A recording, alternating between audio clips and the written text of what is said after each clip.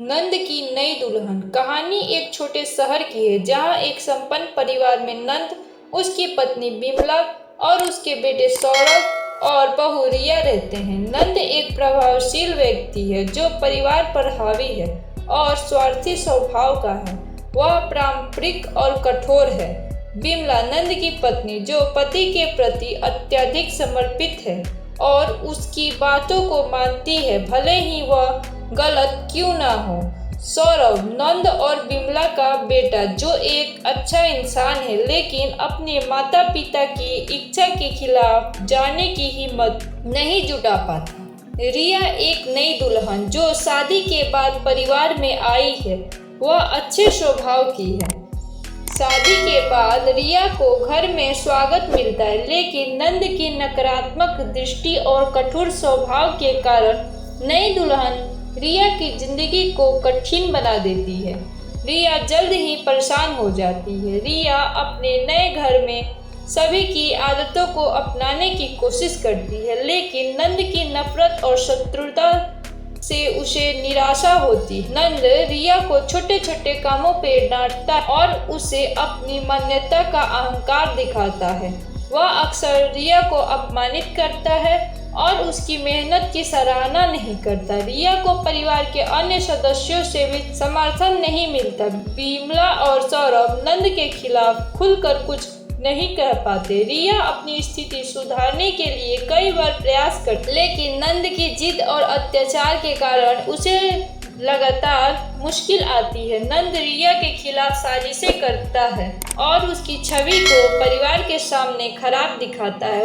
वह छोटी छोटी बातें उठाकर उसे नीचा दिखाता है। रिया की स्थिति को देखकर बिमला भी चिंतित रहती है लेकिन वह अपने पति के खिलाफ जाने की हिम्मत नहीं जुटा पाती। सौरभ भी अपनी पत्नी के प्रति प्रेम तो करता है लेकिन अपने पिता के खिलाफ जाने की स्थिति में नहीं होता। रिया खुद को साबित करने के लिए कड़ी मेहनत करती है और अपने कामों में पूर्णता लाने की कोशिश करती है। वह घर के कामों को पूरी मेहनत से करती है और परिवार के अन्य सदस्यों की मदद करती है।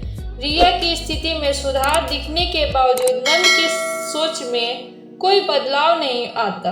वह रिया पर आरोप लगाता रहता है। एक दिन नंद के अत्याचार की सीमा पार हो जाती है। वह रिया को एक गंभीर मुद्दे पर आरोपित करता है जिससे रिया का मनोबल पूरी तरह टूट जाता है। रिया अपनी पति सौरभ से मदद की गुहार लगाती है लेकिन सौरभ डर के मारे नंद के खिलाफ खुलकर कुछ नहीं कर पाता। एक दिन बिमला ने तय किया कि पूरे परिवार की एक बैठक बुलानी चाहिए।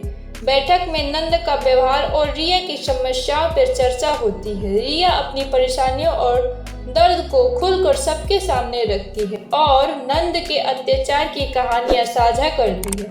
बैठक के बाद नंद को अपने व्यवहार का एहसास होता है। वह अपनी गलती को मानता है और रिया से माफी मांगता है। नंद समझता है कि उसके अत्याचार से परिवार में तनाव और असंतोष बढ़ गया है और यह परिवार की खुशी के खिलाफ है। नंद अपनी गलतियों को सुधारने का प्रयास करता है और रिया के प्रति सम्मान और सहानुभूति दिखाता है। वह उसे मान्यता और समर्थन देता है। परिवार के अन्य सदस्य भी नंद के सुधारात्मक कदमों का समर्थन करते हैं और रिया की मेहनत और साहस की सराहना करते हैं। नंद और रिया के बीच एक नई समझ बनती है और परिवार में शांति और एकता स्थापित होती है। रिया और सौरभ की जिंदगी बेहतर हो जाती है।